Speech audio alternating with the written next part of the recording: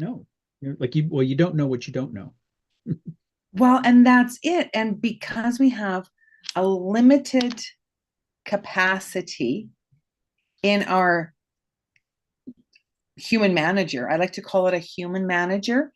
Um, Hmm. there's only so much that we can dial into in a day. A very dear friend of mine helped me understand the difference between a human manager and an ego. Right. And Hmm. the ego is been, oh, poor ego. She's been dragged through the mud, right? That word has just been like trashed, and Yeah.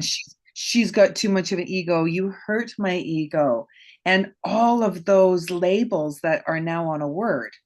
Where the human manager is this part of us that is able to tap into our greatness or completely whitewash us into believing that we can't do Hmm. anything. Yeah. Well, Mindset, it's right? yes, Mindset. it's a yeah, really interesting way to look at it.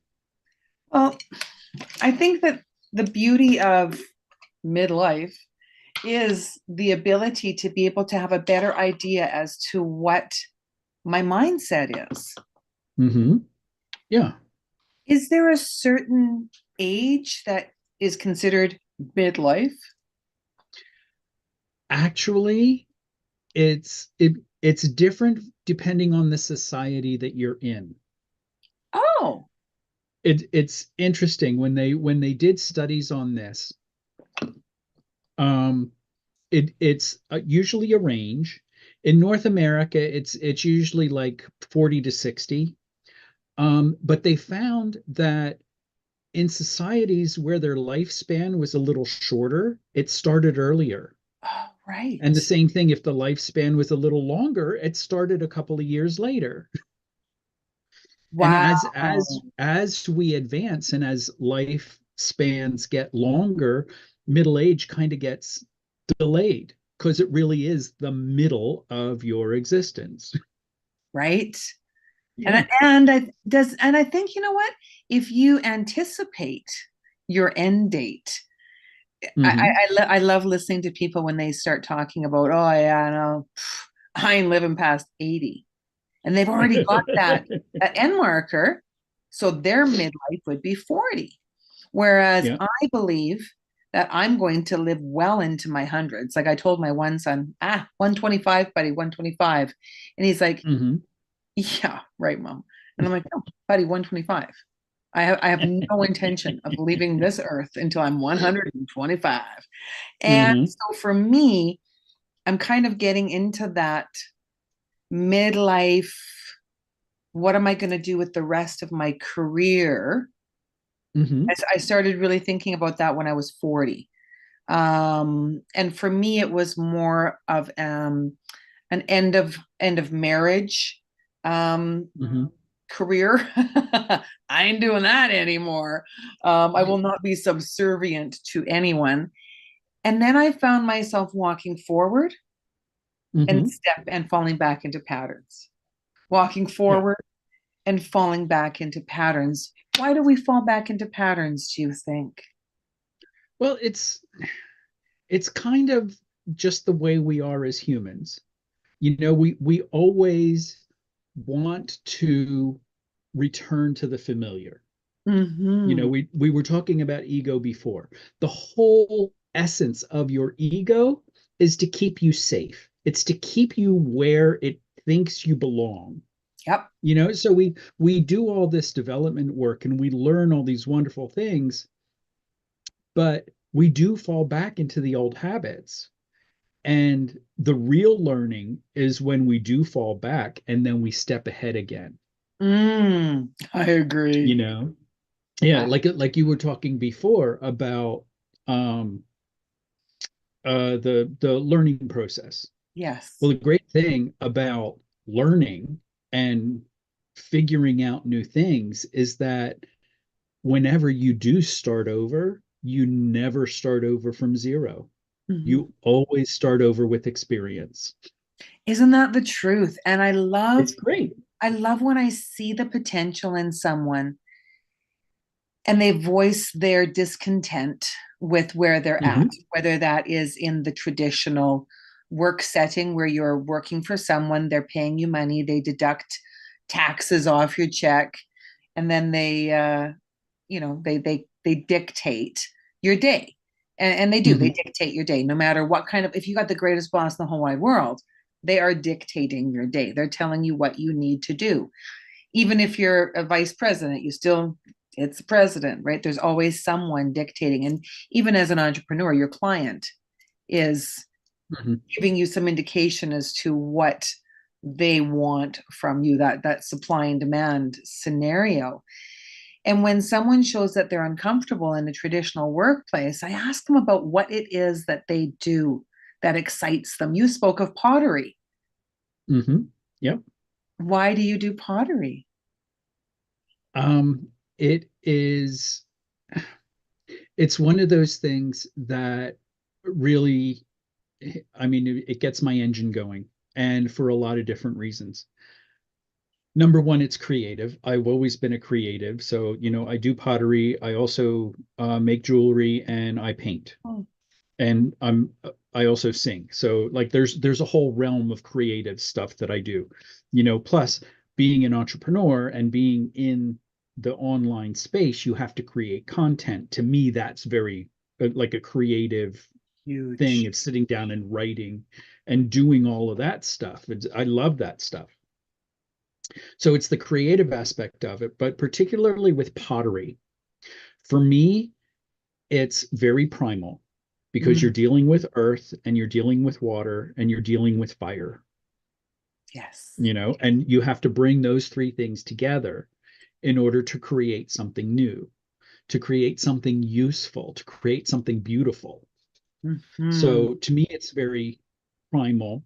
But also, if you've never worked with clay, clay is a very emotional medium. Oh, So if I'm having a bad day, if I'm in a bad space, the clay's not going to behave. It's not going to do what I want it to do hmm, because I'm not right.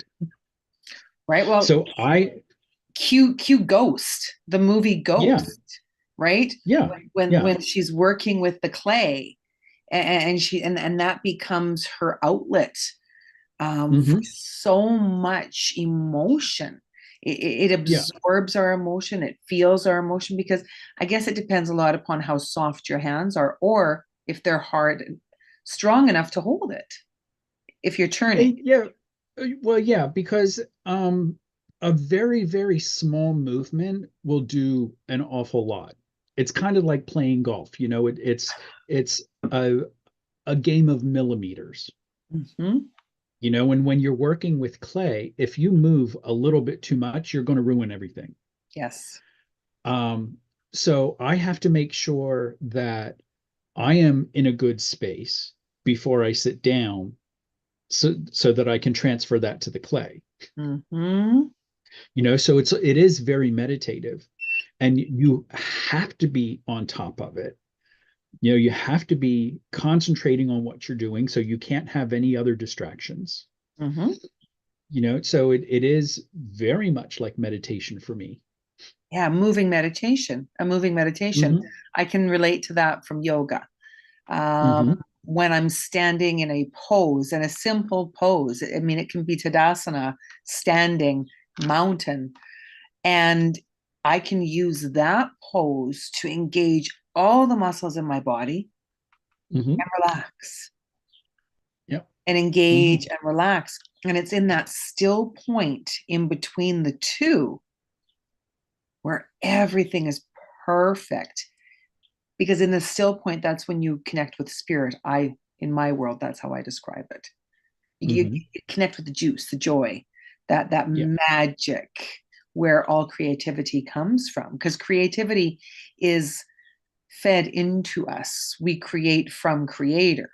Hmm. Something cues all of that to happen, whether that is the idea because of something that we saw, the idea because of something that we heard. Hmm. It's all based on other people's ideas. So it's a constant reinventing of the wheel. Yeah. Yeah, yeah, And yet making your wheel your own, because we all have our own Pee Wee Herman type bike wheel. Well, maybe yeah. not Pee Wee Herman, but he got a bad rep. We got to be careful what we're talking about. Poor Pee Wee. Yeah. Um, with a name like that, he was destined for some trouble. Um, Mm, and that's what it is. I think when we can see our opportunities within our obstacles, that we can really, really strive in life. I have a friend of mine who makes beautiful candles. We were talking about that before, and mhm. I mean, I love her candles, and I can easily sell her candles. Why is it that we struggle to sell our own selves? Um, a lot of it, I think, is that ego again, like trying to keep you safe, because when you start putting yourself out there, when you start making yourself vulnerable, Hmm. especially if you are coming from a place that has trauma, that has um like places in your past where doing that wasn't safe, Hmm. then it's really, really hard to get out there and make yourself that kind of vulnerable where you're going to be facing a lot of rejection.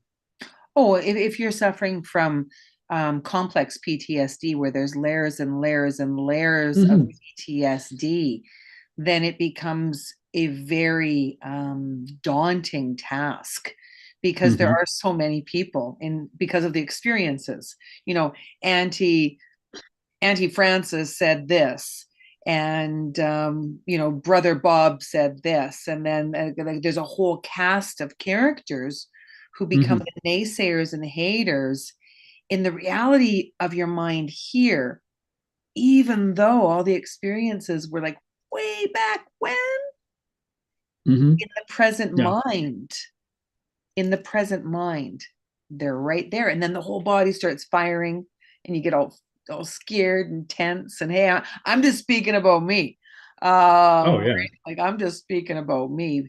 I know that I've been blessed in my life to have an amazing, amazing group of people who helped me along the way. And I was tapping in with my kick ass accountability coach because I'm the kind of person that needs a kick ass accountability coach. And trust me, that in itself was about, I don't need accountability. I'm accountable to myself.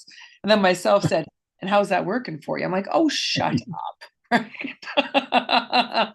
And he asked me in the experience of writing memoir, why are you writing a memoir? And I'm like, well, I want people to read it. He's like, okay, Hmm.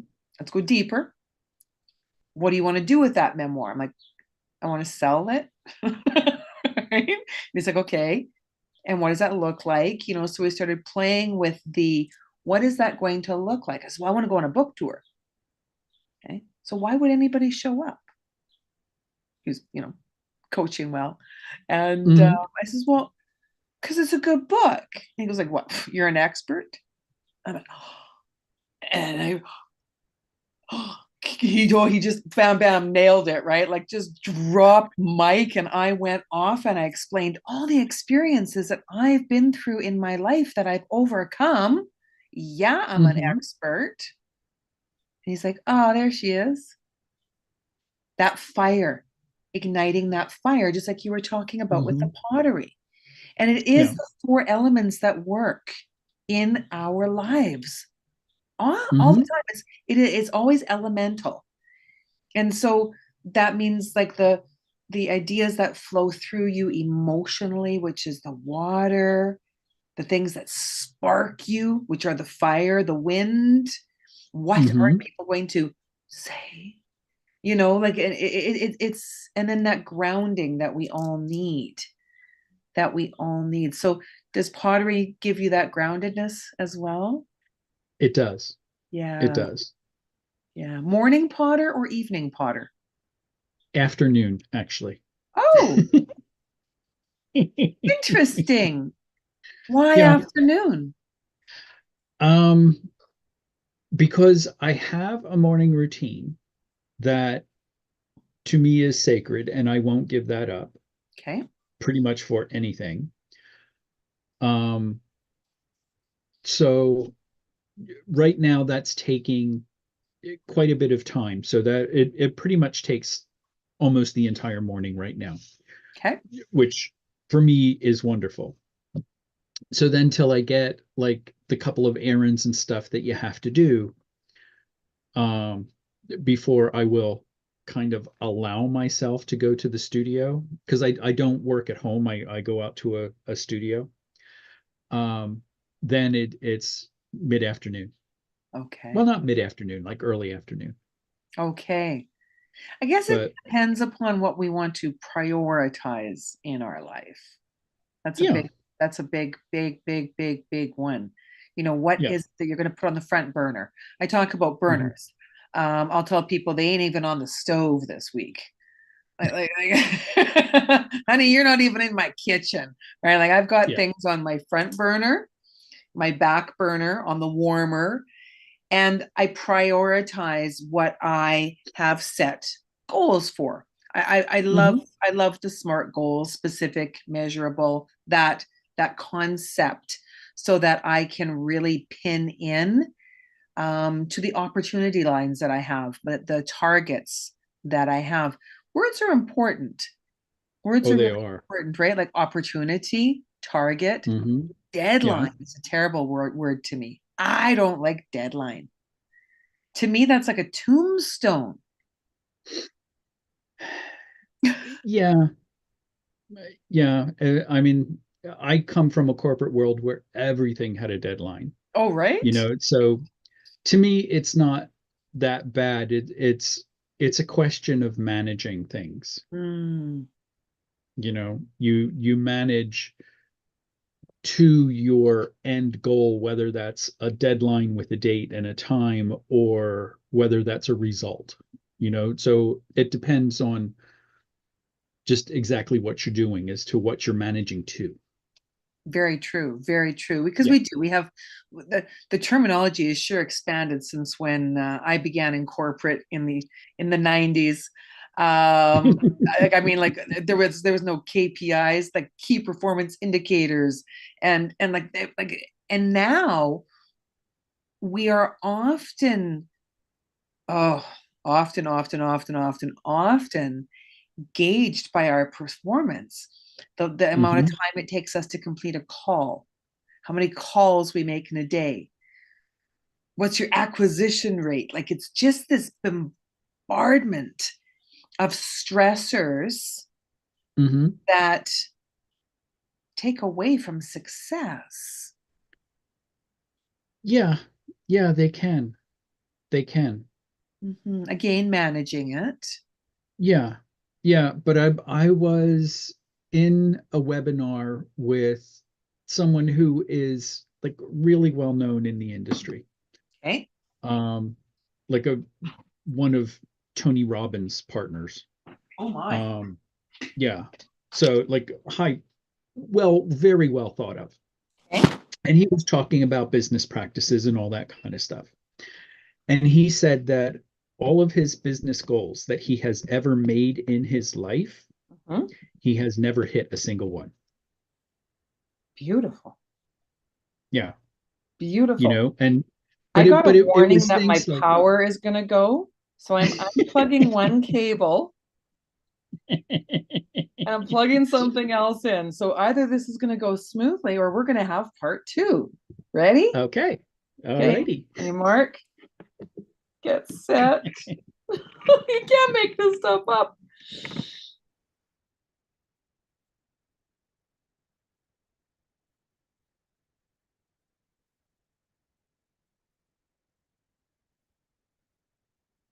We may be having part two.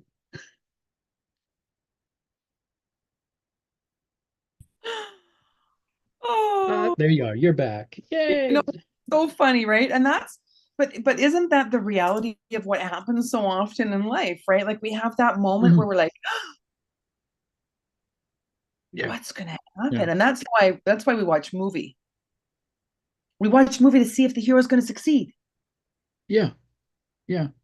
And then there's part two, like you said, when we have a goal in mind and we've got that those goggles on that say this is what it's going to look like, Hmm. there's no room for expansion. Yeah. What if it Yeah. begins to morph and change and go off in different directions? Are we still succeeding? Well, it's kind of what I was getting at when I was talking about that coach who said that like 100% of his business goals he never hit. Like when he decided that he was going to have $1 million business, like he was going to make $1 million in a year. At the end of the year, they got to the end and he looked at his figures and he was at 987,000, That's but he success. didn't make the million. But did he And, succeed? well, in his mind, yeah, Mm-hmm. Mm-hmm. because like he didn't make his goal, but he was able to become the type of person who would. So the next year the Yes, goal was 3 million or whatever. So it's more about the journey than it is about the goalpost. I agree. It's about how you're going to get to your goal rather than achieving the final goal. Absolutely. The fun factor. Hmm. I Yeah, ask people that absolutely. all the time. Did you have fun today? That's such a big Hmm. indicator. My guy, he's still struggling with that. It's been 10 years and he's still like, oh, you and your fun. I don't know. I go to work, I do my job, I get paid. What's your best part of your day? Coming home. And that's good. Uh, I'm glad that I'm the best part of his day. yeah. And we don't all have that desire to come out of that safety zone of this is what I'm good at. Hmm. And that's Yeah. okay. It's okay to just be in the safety zone as long as you're still finding joy in the day. And that and that Hmm. that that safety zone isn't draining you so much that you get off of the job and then you're like too tired to play with the grandkids. Yeah. Yeah. See that, and that's the state that I was in Yeah. before, where Mm. I had sort of boxed myself into such a small corner that I really couldn't move. And Mm-hmm. that's actually what got me into self-development in the first place. And I'm a late comer to all of this stuff. Like it's funny going through all of this stuff, I've been able to kind of pinpoint my childhood trauma. And the Oh, big one was when I was 18 months old. oh, wow. Um, and I mean, it wasn't any huge thing. It's like when I was 18 months old, my parents had twins. Hmm. That was it. Like these two new babies came home from the hospital. Well, what that meant is that I wasn't getting mother's attention anymore. Yes, And like she was overwhelmed having two kids, let alone three of us in diapers at the same time. absolutely. But my little kid brain didn't think of it that way. Like it Mm. wasn't, oh, mom's overwhelmed because they just had kids. No, you don't think about that when you're a year and a half old. You think about, I'm not getting the attention I need. I'm not getting my needs met. There must be something wrong with me. Isn't that the Yeah. common, there's something wrong with me. Yeah. Um, my Absolutely. And, parents, my and, parents separated when I was young. I mhm, was, I was for, oh my gosh, for decades, I believed that either my father didn't love me. That was a big one. That one really lasted a mhm, while. And I blame my mother for doing something wrong. Both of us had done something wrong. So then that mhm. instigated more of a wind. It's the heroine's journey. Have you read the heroine's journey? No, Oh, I haven't.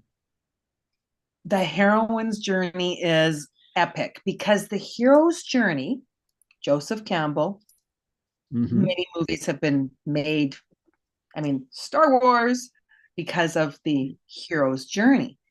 The heroine's Mm-hmm. journey speaks to the matriarch within us all, because we've all got that patriarch, that masculine energy, and we've all got the feminine energy, and the feminine energy that separates from mother, that Mm-hmm. separates from wife, that Yeah. separates from. So we separate from our father, and that's quite Mm-hmm. often why we've got that. I don't believe in God. Ain't no man gonna sit upon no throne and judge me, Mm-hmm. Yeah. or Mother Nature. It's so interesting, right? It's so interesting. No, that thou shall not have governance over me. And there isn't a governance over me. Mm-hmm. This is happening. I don't have puppet strings that are pulling my arms up or moving my mouth. And yet we are so invaded by the space aliens inside of our head, right? All those thoughts, right? Like it can just make you go crazy. Yeah. Yeah. Yeah.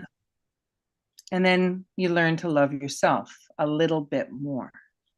Mm-hmm. That much. Yeah. That much. Well, yeah, I was in my 50s when I started that journey, and it took an awfully long time. I mean, there was like a lifetime of Mm-hmm. stuff that needed to be reconciled. Oh, yeah, I know. It's like going to a court case, where you stand before all the people who have influenced your life, and you Hmm. come to that point where you address it. There's so many wonderful ways that you can address that. I went through probably 50 journals addressing all mine. I would write letters to people that I did Hmm. not mail. Hmm. Some of them I left in the journals. Some journals I burnt. I remember the burning ceremony where I took like stacks of them, right? And I lit it up on fire. I poured gasoline on it. I mean, I was like, that's it. And it was very good to unburden myself. I was working through unburdening. I was far from in a forgiving state of mind, but I was willing to Hmm. unburden. Just it was like vomiting up so much. And then I felt a little bit better. Hmm. And then something else came along, because that's a human experience. We don't suddenly stop growing. No, no, That's not at death. all. That mean, until we And die. Until we die, we are always growing as a human being, hmm. and then we transition to another frequency. Yeah, yeah. But it's also that we still have, we talked about that ego keeping us safe. Mhm. We still have that going on. And, as we learn and as we deal with these things, we can only deal with what we're really ready to handle. And all of the other stuff that goes along with it is still back there. So you learn and you think you've dealt with something, and then something else comes up, and it's like, oh, again, I have to deal with this again. It's like, no, you're ready. You're ready now. Right? That's why it's I'm coming up. ready for this Yeah. now. And if you have a good support team, Hmm. I have a family that is my mother, my father, my children, my husband, and then I have my familia. Those are the people that are like family to me. My Yeah. Yeah. daughter-in-law, my dear friends, my business partners, those people that I collaborate with. Hmm. And when we reach out to the right people for support, and what I mean by right people are people that are going to help us grow. Hmm. I mean, if we want to be coddled and nuzzled, and it's okay, it's okay. That's only going to get us so far. Eventually, Yeah. you pull the soother out of your mouth and adult. Hmm. Yeah. Yeah. Well, for me, I label them my family of chance and my family of choice. Ah, yes, yes, yes. My Yeah. son's name is And Chance. I'm, That doesn't work for yeah. me. Well, I mean, it's unfortunate for me that I had to give up on my family of chance for like several years ago Mhm. because they were damaged, I was damaged, and it just it was not working, not Mm. at all. So That's a now I big have one. my family of choice. That's a big one to work through. I know Yeah. that when I hear that in someone's experience that they've had to go through that, that's a big contract to Hmm. sign. I believe that we sign contracts in life long before we became the wink in daddy's eye. We signed a contract that said, these are the characters in my life who are going to come along to teach me the lessons that I want to learn, even though I don't remember Hmm. what the lessons are, right? Yeah. Yeah, that's a tough one when you do need when you realize that cutting those ties is in your best interest and theirs. Yeah. Yeah. Yeah. Yeah. Well, I mean, at the time, I was only thinking about me. I wasn't thinking about them, but it still needed to be done in either way. Mhm. And it wasn't like it wasn't this big dramatic thing. It was, over the years, I realized that I was the only one putting effort into that relationship. So I just withdrew the effort.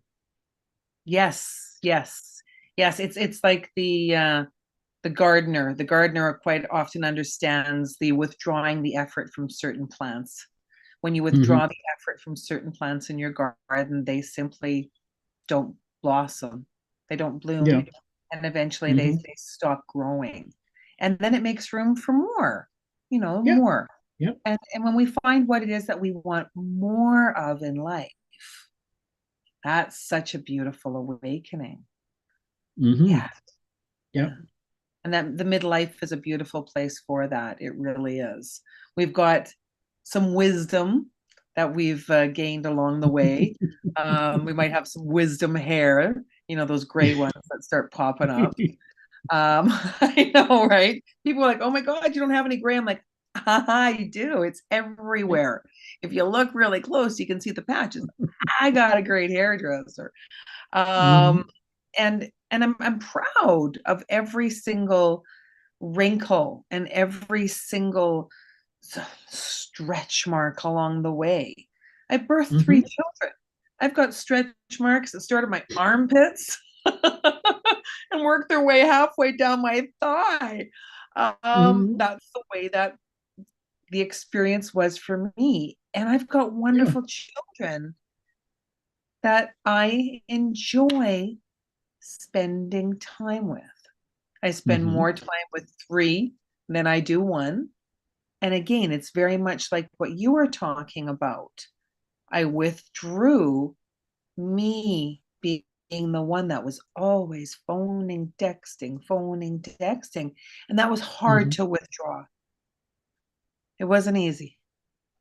It wasn't easy at all. I felt as though I was doing something wrong. We go back to Hmm. that word.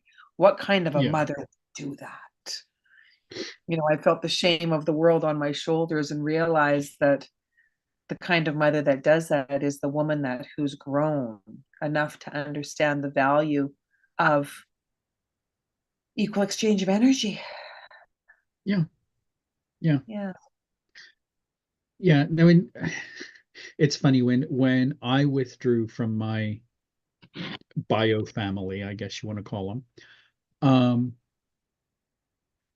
there were a couple of things that went on and I mean this was like after years and years and years where it just wasn't right. So I basically sent them all an email. It just said, I'm done. That's all it said. So I'm done. Now I heard later that they took that as I was angry at something, Hmm. but it's been 15 or so years. Not a single one of them is called to find out what I was angry about. Wow. So Interesting. Hey, yeah, interesting. yeah, and I wasn't angry. I was just done. Done like a steak. Yeah, Well yeah. done. Yep. Very well done. And I mean, like there are still cousins and things, that are in touch with my bio family, and they've asked questions, and I said no. It's like if they want to call me, that's great. I'm not going to Mhm. be the one to pick up the phone though. I've done that too much. Do you remember that game that we used to play um, many years ago, back in the day? God, that saying always makes me chuckle. Like, which day? There were so many. Hmm. But there was a Dixie cup, like a paper cup with a Hmm. string. And then way down the road in the other room, because the string was really, really long, there was another Hmm. Dixie cup. And you tried to hear what the person was saying. It was also called the phone game. Yeah. And then the Hmm. next person turned to the other person to say what the first person had said. And by the time that message got through 2, 3, 4, 5, 10 different Yeah. perceptions, misperceptions, the Hmm. message was so tainted that it was nothing like it was. And yet, how often have we all, maybe it's just me, failed to pick up the phone and have that conversation? Hmm. Yeah, I pick up the phone. I'm a phone picker Yeah. upper. Especially when I send the pretext, we need to talk. Yeah. Yeah. Yeah. Yeah. And it's not always bad. Sometimes we need to talk about what's for dinner. I mean, it's not it's not it's not doom and gloom. But it does mean that we're gonna have a conversation. And it's a Hmm. conversation. Yeah. Yeah. Yeah. Conversations are good. That's how They are. relationships are built. Hmm. That's how relationships were built. So when you see a client and they are struggling in their midlife, do you look for an Hmm. energy drain? No, I really don't do energy work. Okay. Um, But even just like a what stressors are in your life that are draining you? What aspect of your life sucks the most? What do I you want to do, change? but yeah, I kind of approach it from the other side. Okay. So normally what I do in my program is the first thing we look at our beliefs and values, Oh. because what I find most often is that people have lost sight of what's important to them. Hmm. They think they know what's important to them, but they don't really. And that's where a lot of the stress is coming from, because they're not aligned with what's important to them. Hmm. So I've done a bit of research into this, and it's really fascinating the things that go on. Like everybody believes that they know what their core values are, and that's what they live by.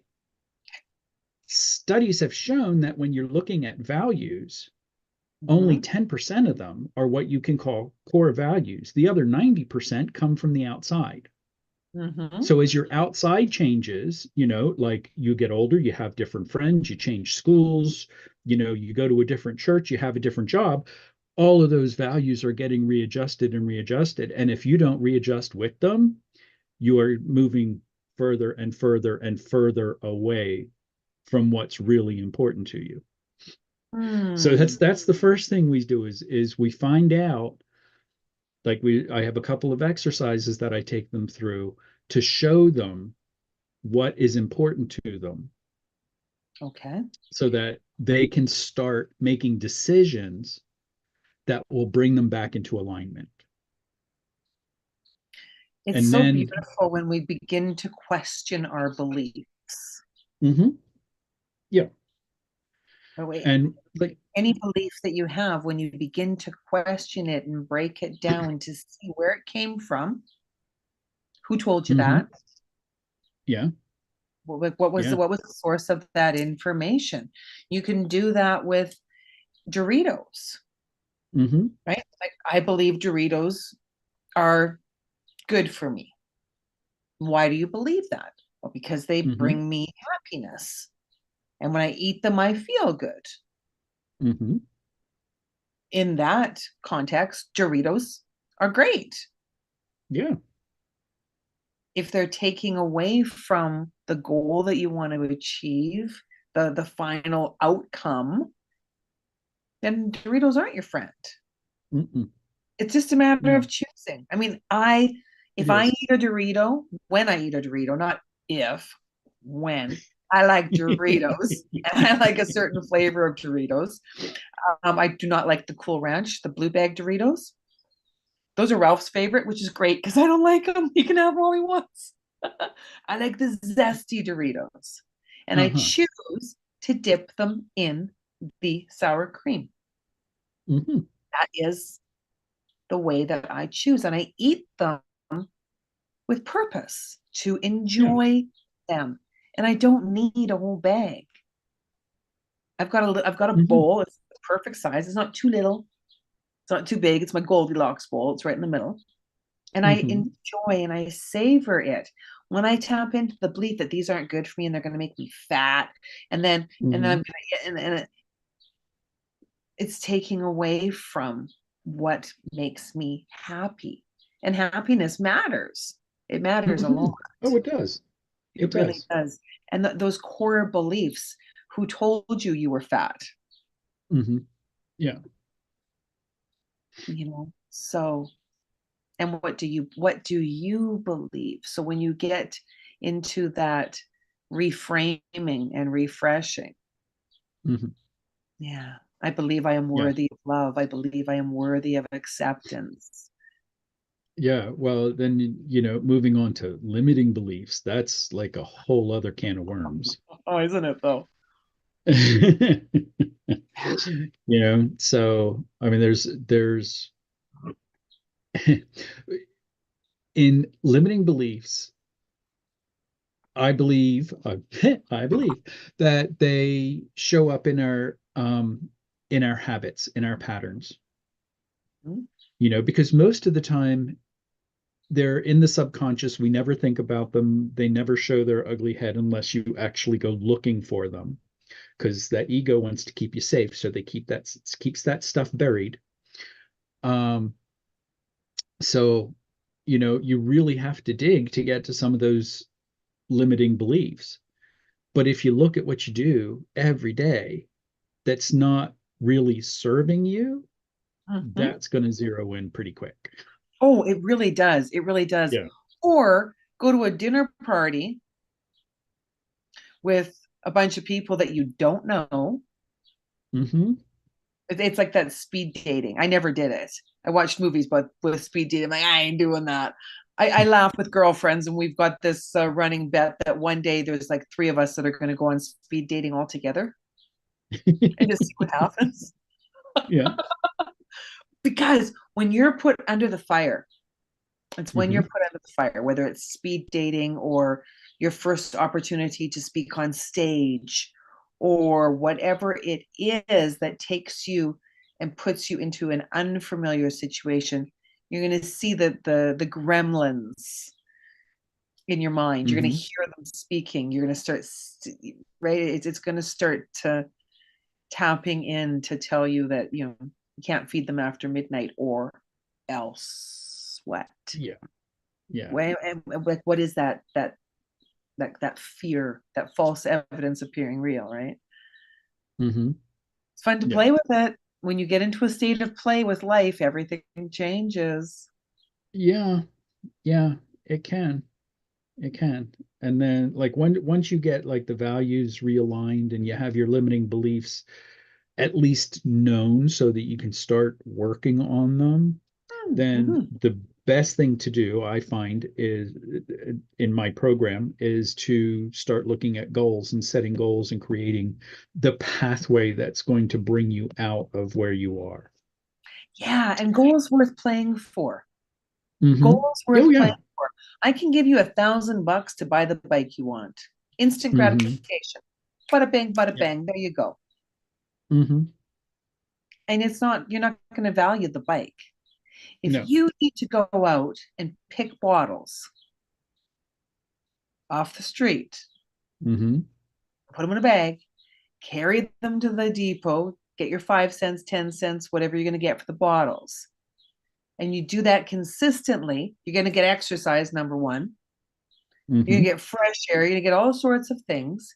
And at the very end, when you make the money, when you create the energy to purchase the thing, you have such a sense of accomplishment. Mm-hmm. That's why it's a game Yeah. worth playing. Mm-hmm. And then you may not even want the bike at the end. We were Yeah, talking about exactly. that earlier, right? You might even not Yeah. want the bike.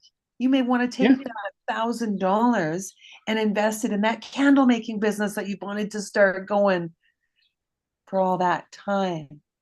Yeah. And Yeah. if you wait too long, do dreams have a expiry date? No, they don't. Dreams don't. Um, no, you're never too old to have a new dream Mhm. or to look after, resurrect a dream. Yeah. Even if that dream is resolution with someone, when we Hmm. look at because you got midlife and Yeah. then you've got master life, um, ma- yeah, before you become ill and terminal, I believe is Hmm. that mastery life when you still have the ability to create greatness in the world. You get to downshift a little bit because you've already accomplished, and now you're in that golden age of retired, retired from whatever it is that you're tired of. Um, right. Because retirement's a whole nother conversation that we won't have enough time to do. And then when you move from retirement towards that preparation for end of life, which we all have, Hmm. sorry to tell you something that you might not have known, you're going to die. Hmm. What matters most is how you're going to live. Yeah. When you enter that phase, when you need to come to some resolution so that you can die peacefully, because we all want to die peacefully. Hmm. I've yet to meet someone that doesn't want to die peacefully. Yeah. Yeah. What do you want to make peace with in your life now while you're in midlife? Because if you can make peace with those broken parts of you, wow, life just changes. Yeah. Yeah. Yeah, just changes. And it's a good change. It's a good change. It's like taking off those damn jeans that you can't fit into anymore. Oh, thank God. Right? Yeah. Yeah. Right, that constriction. Because when you're stuck in a place that you don't fit in, whether that's the family that you were talking about earlier, Hmm. or the job that no longer fulfills you, the relationship with you and something in this world. Hmm. Yeah. And Yeah. I can't do this anymore. I'm done. Yeah. Yeah. Well, that's really what midlife is all about. Mhm. You know, one of the things that I'm really glad that we have not used this word yet, and that's Oh, crisis, because everybody says oh, midlife crisis. oh, you mean, that's just a label. It's a stupid label. And that's what we It do when is a we see a label. guy driving a car that we're jealous about. Oh, he must Well, be having a midlife crisis. well, the actual term Yeah. wasn't used until the 1950s. Oh, I didn't know that. Yeah, it's a brand new term. Huh. And It was used in it was a magazine about psychoanalysis. And it was Elliot Jacques who was writing an article about, and he titled it Midlife Crisis and Death. That was the name of the article. And in it, he talked about going through this phase in midlife where you suddenly become um, acknowledged about your own mortality. So Wow. that's what he labeled was the crisis. Before that, Carl Jung had done a lot of work in midlife, but he called it midlife transitions, Yeah. which is the term I prefer. Softer, softer. Because who When wants you to think be in of, a crisis? right, who, well, I mean, if you think of a hospital, do you want to be in the transition unit or the crisis unit? Crisis Yeah, unit sounds like they're going to be applying the the bring it paddles. back to, Yeah, yeah, the paddles. Right? I don't want to be there. I don't want to be in no. that one. That doesn't sound like something I'm going to buy a ticket for. Because when we look Hmm. at experiences in life, what are you going to buy a ticket for? What are you going to spend your energy on? And Hmm. buying a ticket doesn't mean money. There's a lot of free events. Buying a ticket Yeah, means making a choice. yeah, yeah. And that's it. When you're going through midlife, when you're going through those transitions, you're moving out of one phase of your life into another phase. So you're moving out of the like youthful building stage Mhm. into the more reflective and the like you said the mastery stage of your life, where you become cognizant of things like your own mortality, where you start thinking about things like what am I going to leave when I leave, you know you start thinking about what have I done with my life, Yes. so you start looking for purpose, you start looking for passions, and that's the real transition. But it's just change, but we aren't really taught very well how to go through change. No, we're not. No, no, we're not. I mean, no, we're taught how to No, we're change not. plans. We're told to So change our like so attitude. How often do you hear yeah. that? You need to change your attitude.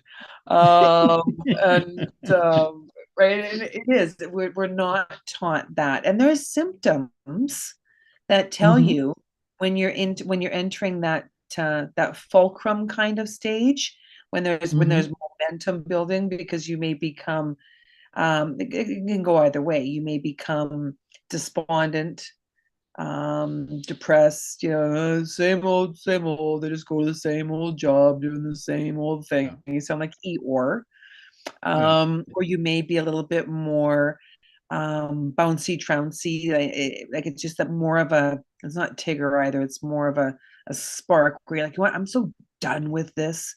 I'm not Hmm. stop, right? So Yeah. there's different emotional set points. And which one is you?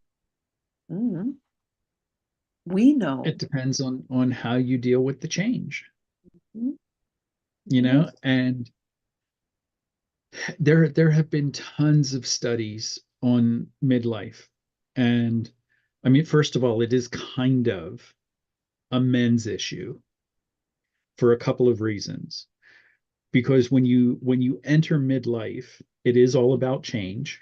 Men don't deal with change as well as women deal with change because women have friends, women have Mm. confidants, women have people they talk to. Men don't. Isn't In it this interesting generation, too? Isn't it interesting because yeah. if on average, and I mean, I can only spoke to again my experience and the people that I've worked with, do you call your mom or do you call your dad, and why? Hmm. Right? Because when you think of that go-to set point, where if you're looking for comfort, a girlfriend, a Yeah. mom, Yeah. that if you're looking for a very strong decision maker, like just a straight yes, no, do this, don't do that. My tire's broken down on the side of the street. What do I Yeah. do? Conversation. My tire's broken Yeah. down on the side of the street. That kind of makes sense. Um, Hmm. who do you reach out to? And it's true. a lot of men of our era, generation, I think we're X's, X, Y, Z, I don't Well, know. I'm a boomer. You're a Like boomer. I'm like right at the tail end of the boomers. Okay, okay, right. Right, whether in your 40s, 50s, or 60s, Yeah. there is that because it was not um, popular No, for no. a man to, it's okay to cry, honey. Right? Who said Hmm. that 25, No, 30 years ago? no, no. And That's when it's they funny. called you a Nancy. Hmm? Did you ever hear that saying? Stop being such a Nancy. No, that wasn't a saying when I grew up. No? Okay, so when my one No. son was in football, there was a boy on the field who had fallen down or wasn't trying that hard. And some dad behind me hollers out, "Stop being such a Nancy." Well, I, being a Nancy, I turned around. What was that? And another dad who knew my name, he's like, "No, no, no, no, no, no, I didn't mean you. It's just a saying. But don't be Uh-huh. such a girl. Don't be so Yeah. weak. Don't be so like it was just like a boy named Sue. Yeah. Johnny Cash wrote it. Hmm. Yeah. And things are changing. It's getting easier, I think. I think so.